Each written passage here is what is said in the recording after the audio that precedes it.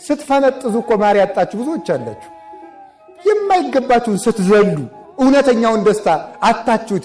የሽንገላ ደስታ ቋጥራችሁ የቀራችሁ እንደዚህ ይሄ ዳንኪራው፣ ጭፈራው፣ ስካሩ፣ ሆዱ ይሄ እንደው መጃጃጡ እንደው በሴቱም በኩል ራቁትን መሄዱም ጭምር የጉጅልነት እኮ ነው፣ እብደት ማለት ነው።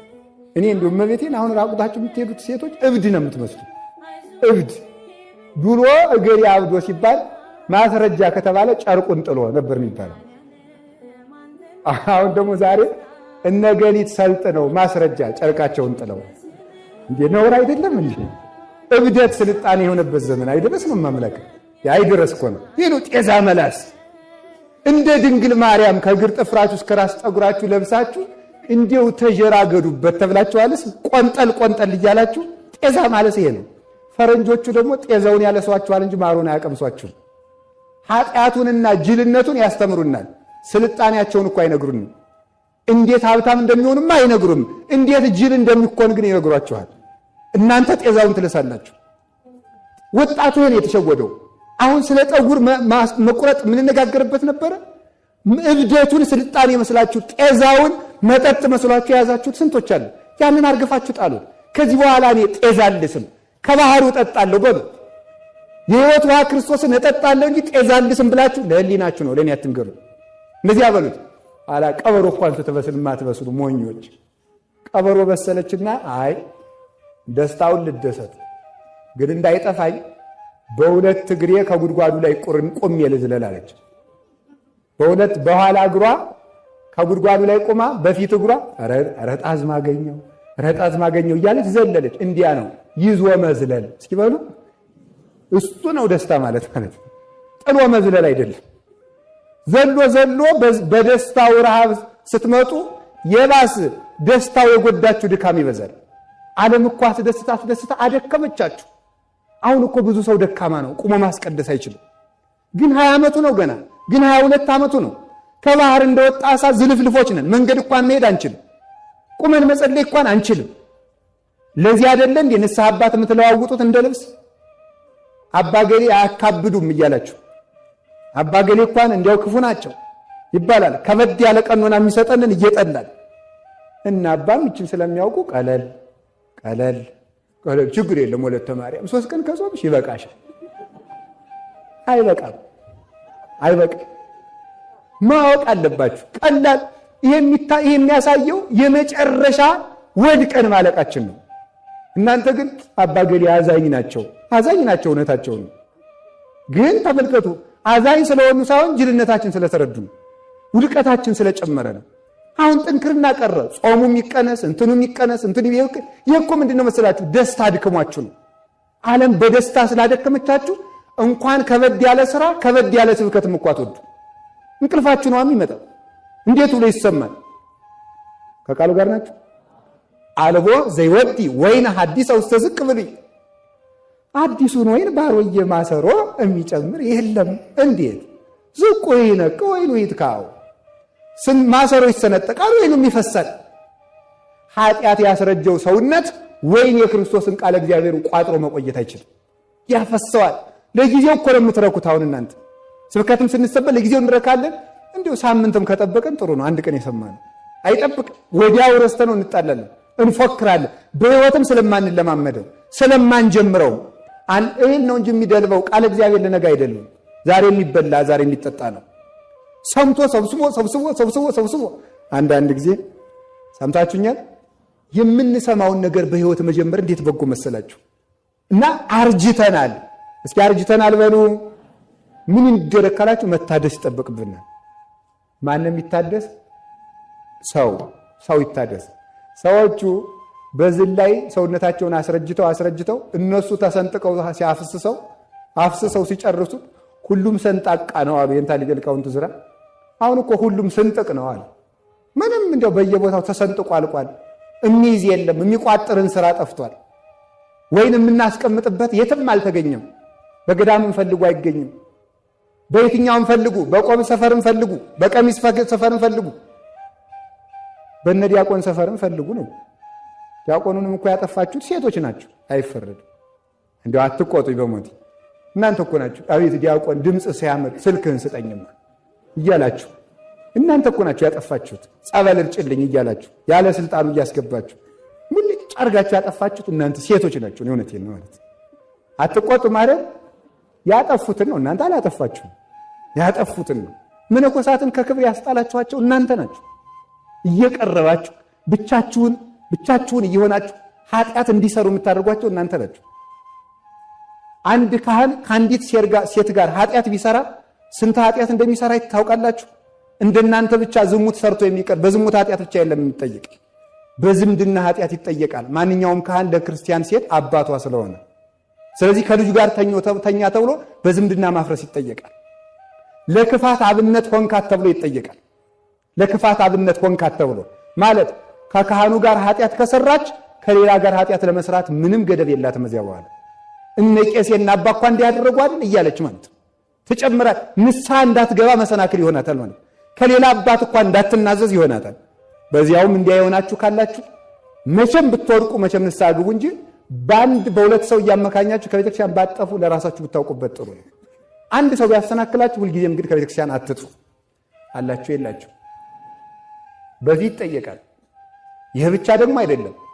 አንድ ካህን የክርስቶስ አጭታ ነው። ፈሐርኩክሙ እንዳለ ቅዱስ ጳውሎስ ሰባኪ ባጭታ ነው የሚመሰለው። ትዳር ሲመሰረት ባጭታ ይመሰላል። አጭታ ሙሽሪትን ለሙሽራ ያቀርባል እንጂ ለራሱ አያደርግም። ስለዚህ ተመልከቱ፣ አንድ ካህን ከአንዲት ሴት ጋር ኃጢአት ቢሰራ የክርስቶስን ሙሽራ ቀማ። ወደ ወንድምህ ሚስት አትሂድ፣ ወደ ባልንጀራ ሚስት አትሂድ የሚለውን አታመንዝር የሚለውን ጨምሮ ሳተ። 5-6 ኃጢአት ጽድቅን እንደሚጠራው ኃጢአትን ይጠራል። ስለዚህ ሁላችሁም ለሰው መሰናክል ላለመሆን ጠንቃቆች መሆን አለባችሁ። ከቃሉ ጋር ናችሁ። እግዚአብሔር ከሁላችን ጋር ይሁን። ስለዚህ ጤዛ ከመላስ ይሰውረን። ይህ ጤዛው አባብሎናል በእውነቱ ማለት ነው። አሁን ጤዛው ብታዩት ቤተ ክርስቲያን እንኳን ሰው ትዕግስት አጥቶ መቅደስ ቀርቶ እንደሆነ አላውቅም እንጂ መቅደስ ነው እንደው የቀረው እንጂ ሰው እዚህም ሆኖ ኢንተርኔት ከፍቶ ለማየት ይፈልጋል። የጤዛው ደስታ ይናፍቀዋል። ባህሩ ውስጥ ተቀምጦ ማለት ነው። ባህሩ ተቀምጦ እውነተኛው የህይወት እንጀራ እየተፈተተ ቁርሳችሁን ታስታውሳላችሁ። እሁድ ሰው መጠጡን ያስታውሳል። ይሄ ነው ጤዛን መላስ ማለት ይሄ ነው። እና ጤዛ ከመላስ ይሰውረን። በሌላ በኩል ደግሞ ምን መሰላችሁ? ጤዛ መላስ ደግሞ ጥሩ ሆኖ ይተረጎማል። ይሄ ሁላችሁ መጽሐፍ እንደዚህ ነው የሚተረጎም ማለት ምን ማለት ይመስላችሁ? አንድ ነገር እዚህ እንደዚህ ብሏል፣ እዚህ እንደዚህ ብሏል ተጣላ አይባልም። መጻሕፍት አይጣሉም። አነስታሲዮስ የሚባል ሊቅ ምን ይላል? መጻሕፍት ተጣልተው አያውቁም፣ እኛ ከነሱ ጋር ስለተጣላን እነሱ የተጣሉ መስለው እየታዩን ነው እንጂ ብሎ ይነገራል። መጻሕፍት አይጣሉም። ስለዚህ ምን ማለት ነው? አሁን በአንድ በኩል ጤዛው የዓለም ደስታ ነዋል፣ በአንድ በኩል ስንተረጉመው ደግሞ ጤዛ የተባለ ክርስቶስ ነው። ጠል ይባላል። ከዓለም ኃጢአት ነፃ የሆነ በአንደበቱ ሐሰት በሰውነቱ ክፋት የሌለበት እውነተኛው ጠለ ምሕረት የተጠሙ ነፍሳት የረኩበት በመከር ዝናብ በሌለበት ወራት የዘነበ ጠል። በነገራችሁ ላይ የመከር ወቅት የምትባል ድንግል ማርያም ናት። ማይረረ ትንቢት ማርያም ዘመነ ጽጌ እንግዳ ይላታል ደራሲው።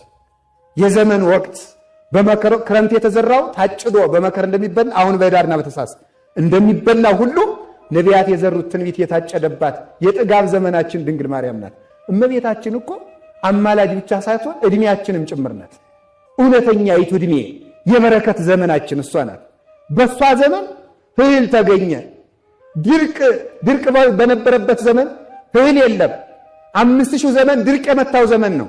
አሁን ግን ህዳርና ታኅሳስ መከር እንደሚታጨድ በጠል ዘመን ወላዲት አምላክ የ5000 ዘመን ጠል ክርስቶስ ወርዶባት እውነተይቱ ጸምር ጻዳ ከሷ እውነተኛይቱ መንቀል እሷ ሆና እውነተኛይቱ ብዝት ግምጃ እሷ ሆና ጠለ ምሕረት ወልደ እግዚአብሔርን ጠጥተን ጽማችን የተወገደበት እሱም እንደተናገረ በዕለተ ዓርብ ተፈጸመ ሁሉ እንግዲህ ጥም ይብቃ ብሎ 5000 ዘመን በቃ እንግዲህ ማጠጡ እንግዲህ ማብሉ ረሃቡ እንግዲህ ይብቃችሁ እንደተናገረ ጠል እሷ ናት።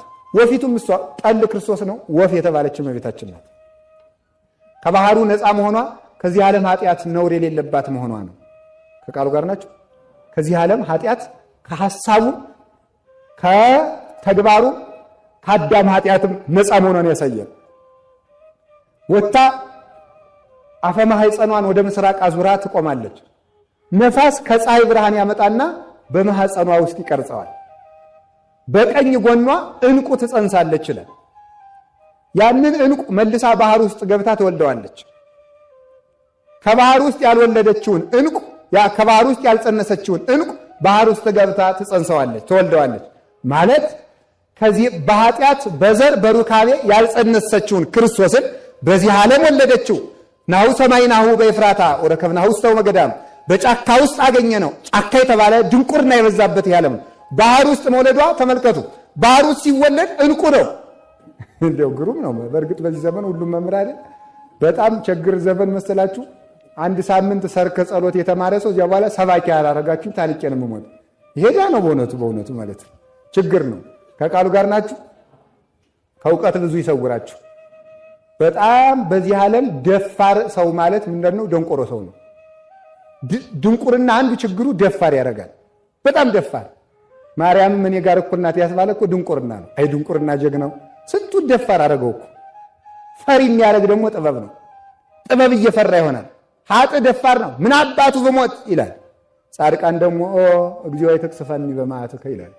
አቤቱ በመዓትህ አትቅሰፈኝ ይላል። ኃጢአተኛ ደግሞ ምን አባቱ ለዚህ ቀር ያለም ይቀር መስሎሃል፣ ተከትሎ ነው የሚሄድ። ጓዙ ይከተላል፣ ዕዳው ይከተላል። ካወቅክበት ነው ለዚህ ቀር ያለም ማለት የሚቻለው። ወደ ሐሳቡ እንምጣ። ዓሣ የተባለ ራሱ ክርስቶስ የክርስቶስ ስጋው ነው፣ የለበሰው ስጋው። ዕንቁም የተባለ እሱ ነው። በቀስት የተወጋ ማለት ምን ማለት ነው? በቀስት መወጋቱ ማለት እሱ ተሰቀለ፣ ስጋው ተበላ። ዕንቁ ከነጋዴ ነጋዴ የተባሉት ሐዋርያት ናቸው። ሐዋርያት ጥቂት ዓሣ ጥለው ሄደው ዕንቁ ገዝተው ተረከቡ። ዕንቁ ማን ነው? ያ ክርስቶስ ነው። ዓሣ አጥማጆች ነበሩ። የሚሞት ዓሣ ጣሉና ተከተሉና የዕንቁ ባለጸጎች ሆኑ። ያ ዕንቁ ማን ነው? ክርስቶስ። ቢታም ዓሣው ቢበዛ ሆድ ይሆናል እንጂ ሌላ የሚሆነው ነገር የለም። ዕንቁ ግን አስተውሉ፣ ዕንቁ ቢታመሙ የሚፈውስ፣ ቢደህዩ የሚያበለጽግ፣ ቢራቆቱ የሚያለብስ፣ ጌጥ የሚሆን ብርሃን የሚሆን ዕንቁ አገኙ ከአንዲት ዓሣ ወጥተው። ለዚህ ነው ሟች ነገራችን ስንተወው ብዙ ነገር ይዘን እንመለሳለን። ክርስትና እግዚአብሔር ቸርነቱን ልብ ብላችሁ ተመልከቱትማ። የእግዚአብሔር ሰዎች እግዚአብሔር ሳንቲም ስጡ፣ አስራተ ኩራት አውጡ ወይም ሌላ ነገር የሚለው ከኛ ለመቀበል ፈልጎ አይደለም፣ እንድናተርፍ ስለሚፈልግ ነው። ጥቂት ተቀብሎ ብዙ መስጠት ስለሚፈልግ ነው። ይህንም በ24 ሰዓት ውስጥ 1 ሰዓት ጸልዩ የሚባለው ቢያንስ 1 ሰዓት ጸልዩ የሚባለው ምን ማለት መሰላችሁ? 1 ሰዓት ለእግዚአብሔር ሰጥተ 23ቱን እንድታተርፍ ነው። ነገር ግን በቀን 1 ሰዓት አልጸልይም ስትል 1 ሰዓት ስለነፈቅ 24ቱንም በመከራ ታሳልፋለህ። 24ቱን በብኩንነት በማውራት በመዞር በመተከዝ ወሬ በመመልከት አይናችሁን በቴሌቪዥን በማፍሰስ ብቻ ያልፋል። አንዷን ከሰጣችሁት ግን 23ቱን ይባርካል እግዚአብሔር። እግዚአብሔር በጊዜም እንድንነግድ ይፈልጋል። የጊዜም ትርፍ አለው። ሐዋርያት ነጋዴዎች ዕንቁን ገዙ። ቀስት ደግሞ መልሰው ሲተረጉ ከነጋዴ ወደ ነጋዴ ማለት ከሐዋርያት ወደ ሐዋርያውያን አበው፣ ከሐዋርያውያን አበው ወደ ሊቃውንት ወደ መነኮሳት፣ ከዚያ ወደ ምዕመናን፣ ከነጋዴ ወደ ነጋዴ፣ ከዚያ ወደ መምህራን ወደ ካህናት፣ ከዚያ ወደ ምዕመናን ደረሰ። እግዚአብሔር ይመስገን። ሁላችሁም አንድ ትልቅ ጸጋ የሚሰጥ ዕንቁ አላችሁ። ሁላችሁም ዛሬ ሀብታሞች ናችሁ። ያ ማን ነው? ዕንቁ አላችሁ። ወርቅ የላችሁም፣ ብር የላችሁም፣ ነሐስ የላችሁም፣ ቤት የላችሁም፣ ልብስ የላችሁም፣ ግዛት የላችሁም፣ ሹመት የላችሁም። ሁሉን ጠቅሎ የሚይዝ ዕንቁ ግን አላችሁ። ያም ክርስቶስ ነው። ነጋዴዎች አደረሱን። ይህንን ንግድ እንድታውቁት ነው። ንግዱ ጥሎ በመሄድ ነው። የራስን ጥሎ በመሄድ የእግዚአብሔርን ማምጣት። የእግዚአብሔርን የእኛ ጥቂት ነው፣ የእግዚአብሔር ብዙ ነው። ራሱን እኛ እኮ የእኛ የሆነውን ስንቶ የእግዚአብሔርን ጸጋ ብቻ አይደለም የምናገኘው፣ እግዚአብሔርን ራሱን ነው የምንረከበው። የምንወርሰው የእግዚአብሔርን ገንዘብ አይደለም፣ እግዚአብሔርን ራሱን ነው። ርስታችን ሁኖ እሱን ራሱን ሊተሰተ ተመልከቱ። መክፈልተ ርስቴ ወጽዋዬ ቅዱስ ዳዊት ርስቴም ጽዋዬም ድርሻዬም እድል ፈንታዬም አንተ እግዚአብሔር ነህ ብሎ ይነገራል። አላችሁ። ቀስት የተባለው ምንድን ነው? ምን ይመስላችኋል? ቀስት የተባለው ዕንቁ ክርስቶስ፣ ዓሣው የተባለው ደግሞ ዕንቁን የዋጠ የተባለ ስጋን የለበሰ መለኮት ወይም ስጋን የለበሰ መለኮት ከመለኮት ጋር ተዋህዶ የከበረ ሥጋ። ቀስቱ ምንድነው? ሥጋውን ደሙን ለመብላት ቀስት ያስፈልገናል። የክርስቶስን ሥጋ መብላት የምንችለው በቀስት እየወጋን ነው። ቀስት የተባለ ፍቅር ነው። ፍቅር ነው። በፍቅር ቀስት እየወጋን እንቀበላለን። አይሆንላችሁም እናንተ የረከሳችሁ የጎሰቆላችሁ እንኳን የኔ ሥጋ የምድር እንጀራ አይገባችሁም በደለኞች ናችሁ እንዳይለን ቀስ እንልና ቅዳሴዋን ቀድሰን ወደ መጨረሻ ስንደርስ በከመ ምሕረትከ እንለዋለን። እችናት ቀስቷ ማለት ነው። እንደ ቸርነት ነው እንጂ እንኳን ያንተ ሥጋ ዳቦስ ቂጣስ ይገባናል፣ ውሃስ ይገባናል፣ እንኳን ያንተ እንደመጠጣት እንደ ቸርነት ነው እንጂ ብለን በዚህች ቀስት እየወጋን እንቀበላለን። የታደልን እኮ ነን አምላክ። በሌላ ምንም ሳንወጣ ሳኖር እንደ ቸርነትህ። እስኪ እንደ ቸርነትህ በሉ። ምን አላችሁኝ? እንደ ቸርነት እያላችሁ ቅዱስ ሥጋውን ክቡር ደሙን ተቀበሉ። የምትሰሙትን ነገር ዛሬ ጀምሩት። ሐኪም ሲላችሁ ጧት 2 6 ሰዓት 2 ማታ 2 ሲላችሁ ወዲያው ተወጧታላችሁ እየሮጣችሁ። እኛም እኮ ሐኪሞች ነን፣ ከፋንም በጀንም። እግዚአብሔር ሕክሙ ብሎ ነው አሁን ሕክምና እየሰጠው ነው በእኔ ልብ። እኔ አይደለም የምሰጠው እግዚአብሔር ነው። እናንተም ልትታከሙ ነው የመጣችሁ። የምሰጣችሁን መድኃኒት ካልወጣችሁ እንዴት ልትሆኑ ነው? ጧት 2 ማታ 2 እስኪ በሉ። እንድትወጡት የግድ ክኒን ላድርገው እንዴ? እንዲሁ እኮ አይደርስም። ቆረቡ እያልናችሁ ለምን አትቆርቡ? ቁረቡ፣ ቅዱስ ሥጋውን ክቡር ደሙን ተቀበሉ። እግዚአብሔር ከእናንተ ጋር ከሆነ ሁሉም ነገር ያልቅል፣ ሁሉም ነገር ያበቃል። ስለምንም ነገር ማለት ነው። የምትጨነቁን ነገር ሁሉ በእግዚአብሔር እጅ ያለ ነው። ዘንዶ አይጎዳችሁ፣ እሳት አይጎዳችሁ፣ በረዶ አይጎዳችሁ። ለምን? የዘንዶ ፈጣሪ፣ የበረዶ ፈጣሪ፣ የእሳቱ ፈጣሪ፣ የብረቱ ፈጣሪ፣ የመሳሪያው ፈጣሪ፣ ጥይትም የእግዚአብሔር ፍጥረት ነው። የዚህ ሁሉ ፈጣሪ ከኛ ጋር ከሆነ የሚያስጨንቀን ነገር የለም። ነገሩ ግን ሳንታጠቅ የወጣን ነው። ያው አንዳንድ ጊዜ ሰምታችኋል። አንድ ሐሳብ አለ። ቤተ ክርስቲያንን መጠበቅ አለብን ይባላል። አዎ መደራጀት አለብን። አዎ እና ምን ተደራጅ ተነሳ እንግጠም። ማንን ነው የምንገጥም? ምን ማለት ነው ይሄ? እስራኤል ወደ ከነዓን ሲጓዙ መንገድ ላይ አይ እንግዲህ በከነዓን የተሰበሰቡት ሰዎች በጣም ኃያላን ስለሆኑ እንመለስ ሀገራችን ሲሉ በዚህ እግዚአብሔርን አስከፉት። ሲያስከፉት ምን ሆነ መሰላችሁ? እንደገና ተመክረው ሰሙና ምናል አሁን ሄደን ልንገጥም ነው እንዲያውም አሉ። ታው እግዚአብሔር ከእናንተ ጋር አይደለምና አትውጡ አላቸው። እስኪ በሉ እግዚአብሔር ከእናንተ ጋር አይደለምና አትውጡ አላቸው። እምቢ ብለው ገጠሙ፣ ተሸንፈው ተመለሱ። እግዚአብሔር የሌለበት መደራጀት አይጠቅምም። እግዚአብሔር የሌለበት ሕዝብ ቤተክርስቲያንን መብቷን ማስቆም አለብን ብለን ተደራጅተን አንድ ሆነን ማህበር በየቦታው ብንመሰርት የማይቆርብ ክርስቲያን እንደ ገለባ ይታጨዳል እንጂ ምንም አይጠቅምም። ሥጋው ደሙን ያልተቀበለ ክርስቶስ እኔ እኮ ክርስቲያን ሥጋውን ደሙን እኮ የምንቀበለው ለጽድቅ አንድ መስፈርት ስለሆነ አይደለም፣ ከእግዚአብሔር ጋር መኖር ስላለብን ነው። እግዚአብሔር ከኛ ጋር እንዲውል እንዲያድር ከፈለጋችሁ ቅዱስ ሥጋውን ክቡር ደሙን ተቀበሉ። የእግዚአብሔር ሁኑ። የእግዚአብሔር ሳትሆኑ የእግዚአብሔርን ቤተክርስቲያን አትጠብቁ። የእግዚአብሔር ነው። ወጣቶች አሁን በእውነት የወጣቱ ቅናት እጅግ የሚያስደንቅ ነው። ወጣቱ ቤተክርስቲያን ተደራጅቶ እየጠበቀ ያለ ከሰዓቱም የሚገቡ እርግጠኛ ነኝ እሳት ቢነድ እኔ እንደው አልገኝም ጸሎት ላይ ነኝ ልል እችላለሁ። ቤቴን ዘግቼ መቼስ መነኮሳት የምናመካኝበት ጸሎት ላይ ናቸው አባደን እንባል ተኝተንም ሊሆን ይችላል። ተመስገን ነው ግን እግዚአብሔር እንዲያርጎም ያኖራል። ግን ደግሞ ጸሎት ላይ ያሉም አሉ። አይዟቸው ደግሞ በዚያውም ደግሞ አንድ ጥሩ ነገር አለ። ብንሞትም ጸሎት ላይ ናቸው ነው የምትሉልኝ፣ ተመስገን ነው። ይሄም ጥሩ ነው እኮ ታምሜ ተኝቼም ቢሆን አባ ጸሎት ላይ ይሆናሉ ስትሉኝ እናንተ ሳታዝኑልኝ ስትቀሩ እግዚአብሔር እንዲያዝንልኝ ይሆናለሁ ማለት ነው። ተንከባካቢ ሲበዛ የእግዚአብሔር ቸርነት እንዲርቅ ይሆናል። ሰው ግን መከራ ሲበዛበት እግዚአብሔር ያዝንለታል እና ጥሩ ነው በዚያው። ስለዚህ እግዚአብሔር ሰዎች ወጣቶች ቅናታችሁ ጥሩ ነው። ለቤተ ክርስቲያን አሁን ሁላችንም አንድ ሆነን ያለችብንን መለያየት አጥፍተን አንድ እውነት እንዳይመስላችሁ። እኔ እውነቴን ነው። ክርስቲያኖች ልብ ብላችሁ አስቡ።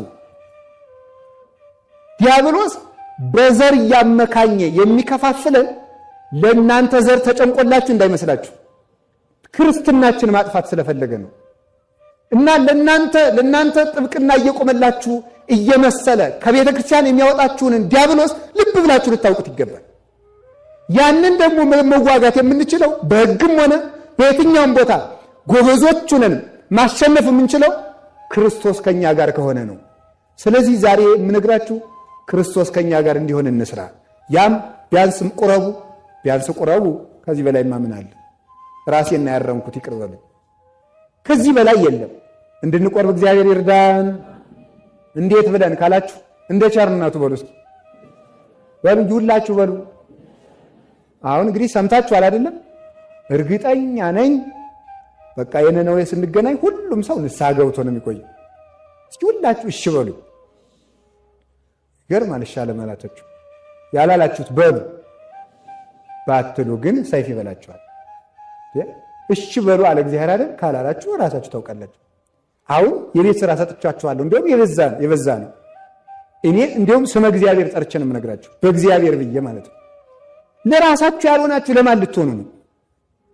ቅዱስ ሥጋውን ክቡር ደሙን ተቀበሉ። አትቁሙልን ለኛ ለቤተ ክርስቲያን፣ ለቀዳሹ፣ ለካህናቱ፣ ለኛ መብት አስከባሪ አትሁኑ። መጀመሪያ የራሳችሁን መብት አስከብሩ። የቤተ ክርስቲያንን ካርታና ፕላን እናስመልሳለን ከማለታችሁ በፊት የራሳችሁን ካርታና ፕላን አስመልሱ። ራሳችሁ የተዘረፋችሁ ናችሁ። ዲያብሎስ ጸጋችሁን ዘርፋችኋል። ለቅዱስ ሥጋው ለክቡር ደሙ የተነጠቀው ጸጋችሁ መመለስ አለብን። እኛ እኮ እሳት የሚፈራን ጀግኖች ነበር። ዛሬን አይሁንና እኛ ባህር የሚፈራን ጀግኖች እኮ ነን። በረዶ የሚፈራን፣ አንበሳ የሚፈራን አላያችሁም እንዴ? አልሰማችሁም እንዴ? እና አባ ሳሙኤል ዘዋልድባ አንበሳን የጓዛቸው መጫኛ ሲያደርጉት ሰምታችኋል እኮ። ባህር ፈርቷቸው እሳት ይዘው ገብተው እሳቱን ሳያጠፉና አባ ሳሙኤል ከባህር ሲወጡ አልሰማችሁ? የሳሙኤልን መጽሐፍም አልደመስስም ብሎ ብራናቸውን ሳይነካ ቀለሙን ሳይደመስስ አደራ ሲያወጣ አታውቁ? እኛ እኮ ተራራ የሚፈራን ሰዎች እኮ ነን። እኛ እኮ ካፈር የተፈራ ጠበንጃና ጥይት የሚያስፈራራን ሰዎች አልነበርንም። ወረድንና ከዚህ ደረሰ። ለራሳችሁ ልልና አሰቡ። እኔ እውነቴን ነው ብታውቁበት። ነገ እናንተ አይደለም፣ ዛሬ ግን የእናንተ ነው። እንድትመለሱ አምላከ ቅዱሳን ይርዳችሁ፣ ሁላችንንም ይርዳል፣ እኔንም እናንተንም ይመልሳል። በፍቅር በቀስት እየወጋችሁ ተቀበሉ፣ ማረኝ በሉት። እንደ ክርስቶስ ያለ ቸርማን አለ መሰላችሁ? በመጣንበት ጊዜ የሚቀበል አይዟችሁ። ክርስቶስ እኮ የውሃ ምንጭ አይደለም። የውሃ ምንጭ ቢሆን 3 ሰው ሳይጣጠፍበት ይደፈርሳል። ክርስቶስ ግን ሁላችንም ብንገባበት የማይደፈርስ ባህር ነው። እንግባ፣ ይጠበን፣ ያንጻል። ምን ጨነቃችሁ? አብልታችሁ ይጽደቁ አላላችሁ፣ በልታችሁ ይጽደቁ አለ እንጂ። በልታችሁ ይጽደቁ ላላምላክ ምን ነው በእውነቱ ምን ስጡኝ አለን? ከጣታችሁ አንዱን ስጡኝ አለ? ጠጉራችን እንኳን የማይፈልግ እኮ ነው። የጠጉራችን ብናኝ የጥፍራችን ቁራጭ እኮ አይፈልግም። የሚፈልገው እኮ እንድንበላው ብቻ ነው። የሚፈልገው እንድንጠጣው ብቻ ነው። ውረሱኝ እንጂ አውርሱኝ ላላል አምላክ፣ ልስጣችሁ እንጂ ስጡኝ ላላባት። እሱን ካልተከተላችሁ ምን ይውጠን ይሆን? እና ወገኖች ዝንቱ ዘመን ድል ውእቱ ለዘ ይፈቅድ ንስሐ ይላል ዮሐንስ እስክንድርያ ሃይማኖተ አበው ላይ። ይህ ዘመን ለተዘጋጀ ሰው የተዘጋጀ የተደላደለ ዘመን ነው። የጥጋብ ዘመን ነው፣ የረሃብ ዘመን አይደለም። ክርስቶስ የተጠገበበት ዘመን ነው። እና እግዚአብሔር የነፍሳችሁን ራብ ይክላላችሁ ወገኖች፣ የሁላችንም ይክላል።